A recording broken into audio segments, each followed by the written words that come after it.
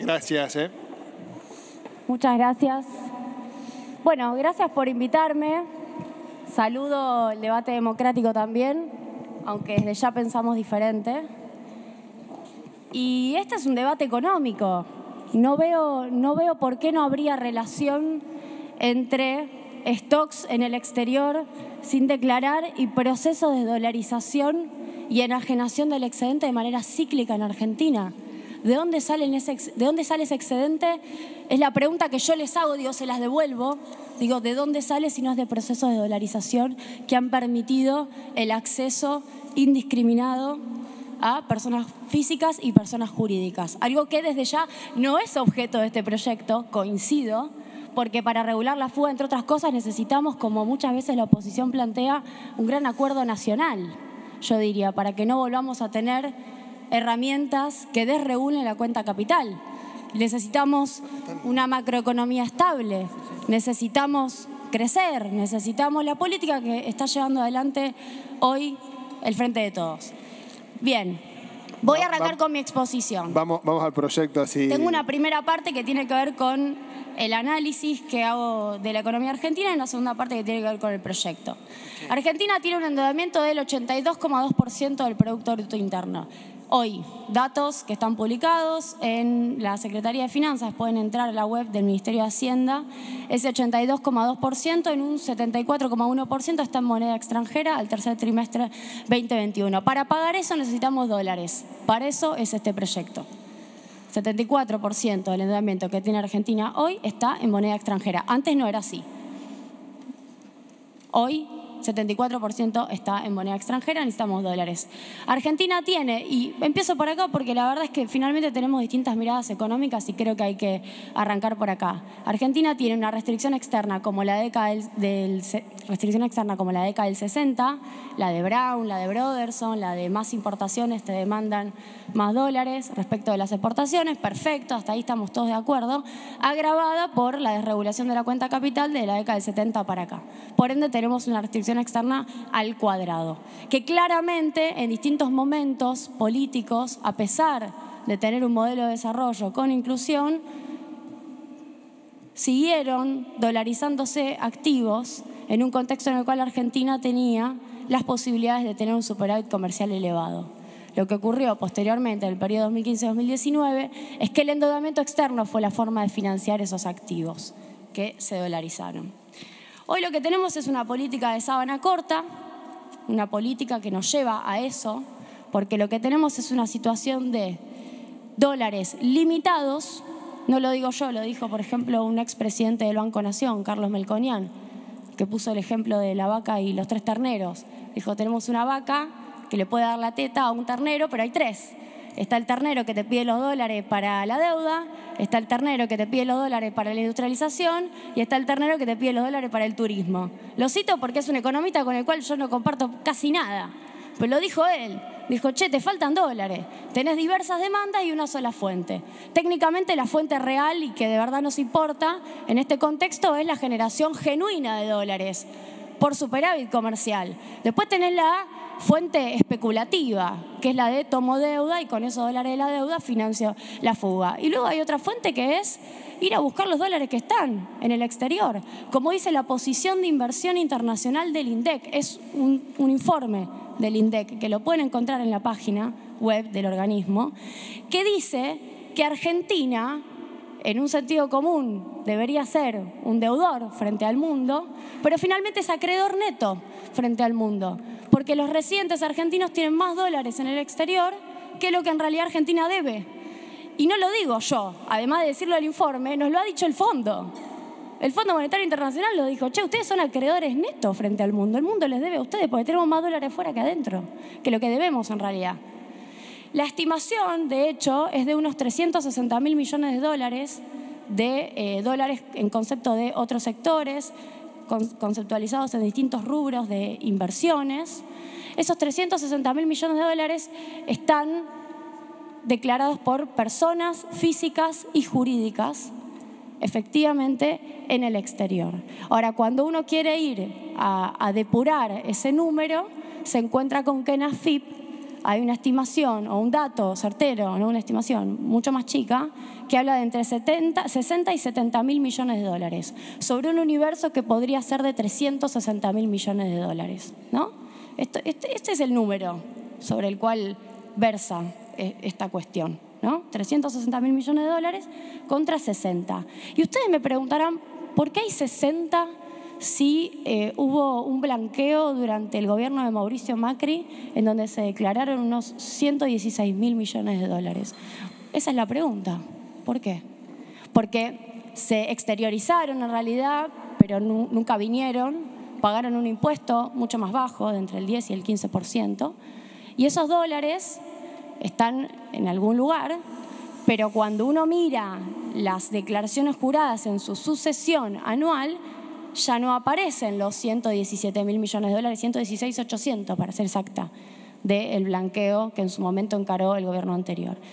Dejaron de ser declarados en una parte, y esa es una hipótesis de trabajo para un gobierno, y yo diría para un poder legislativo que tiene intención de atraer esos fondos para específicamente asignarlos a un fin, que es pagar la deuda, cancelarla con el Fondo Monetario Internacional. Traigo los datos porque no son fáciles de conseguir.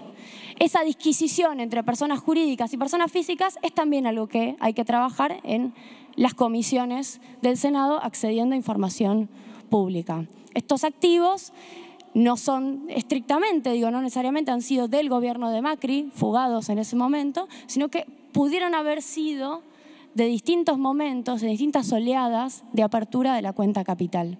¿Bien? Y quiero hacer una precisión sobre lo que decían precedentemente en relación a la adquisición de dólares. Los dólares no los compra cualquiera, el mundo minorista accede, pero no es significativo a la hora de explicar el proceso de extracción del excedente, porque les cuento que en una economía bimonetaria, atesorar en dólares rompe el circuito lineal de ahorro-inversión, que es el que te enseñan en economía.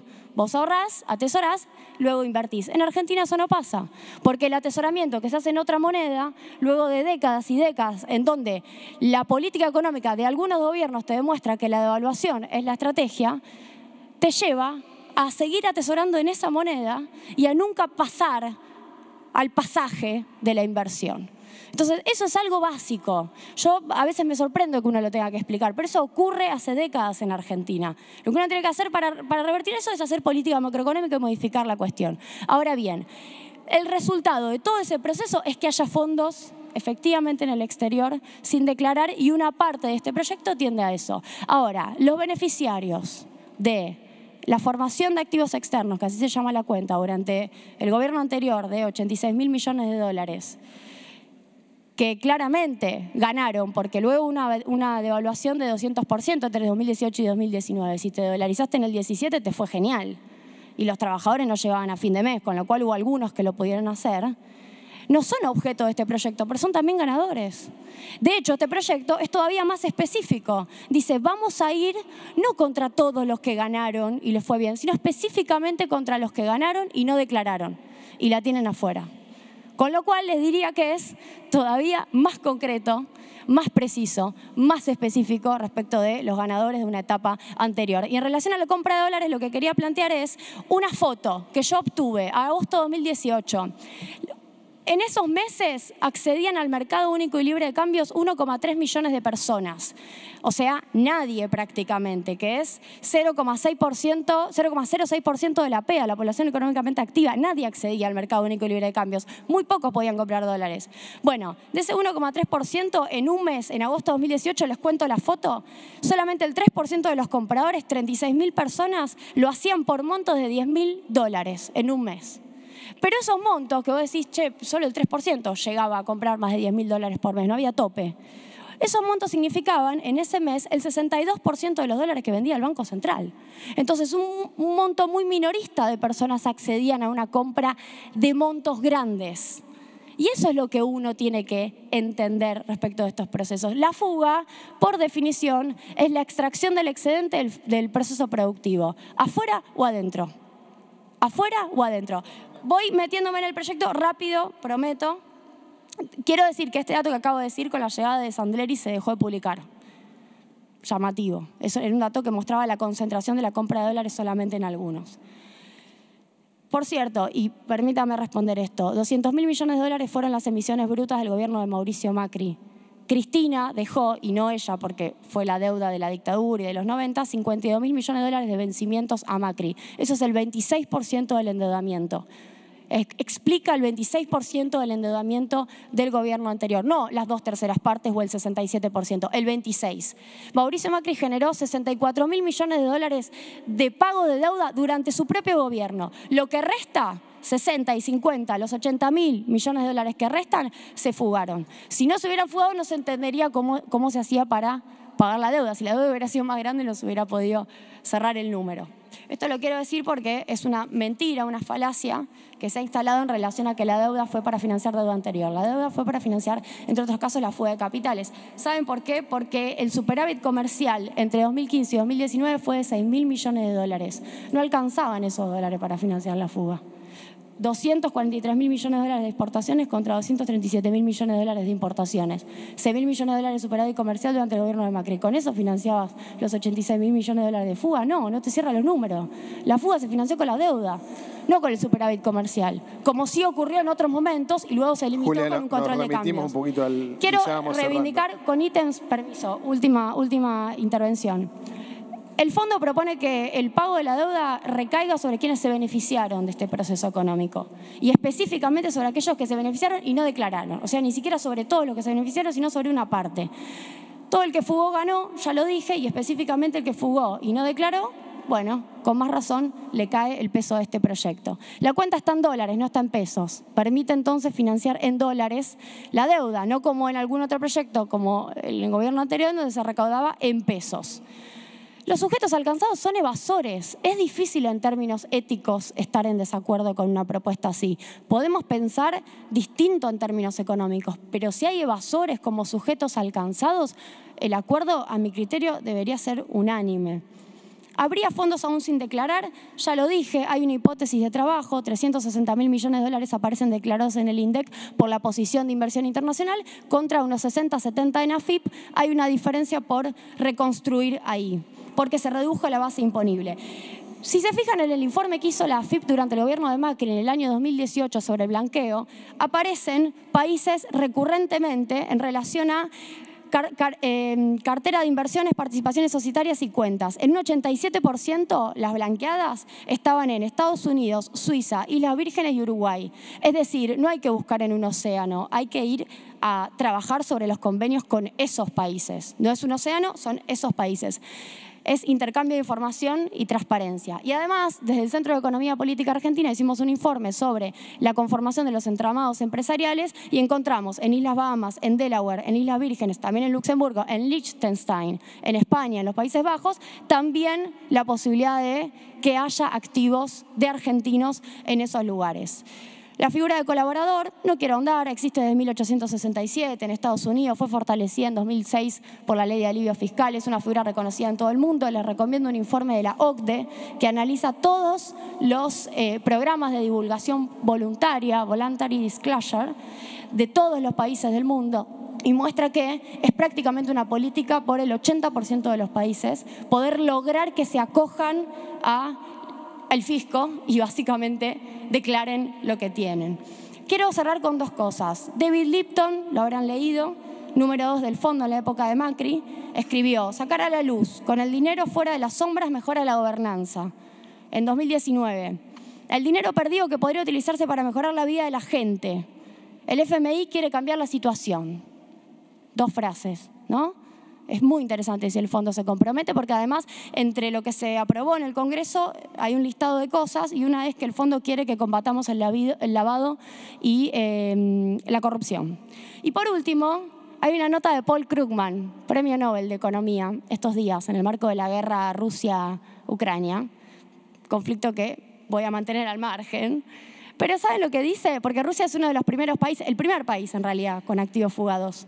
Que las democracias en el mundo tienen que comprometerse a perseguir los activos fugados. Lo dice en el marco de que él quiere sanciones contra Putin, lo dice por otra cosa. Ahora, hace toda una nota que se las recomiendo, muy interesante, y cierra: ¿pueden los gobiernos democráticos perseguir estos activos? Sí. e insta a todo Occidente a hacerlo porque él asume que de esa manera se financia, ¿no?, el gobierno de Putin. Premio Nobel de Economía acabo de citar, y acabo de citar al número 2 del Fondo Monetario Internacional durante la época de Macri. Muchas gracias. Gracias. Senadora Kressler.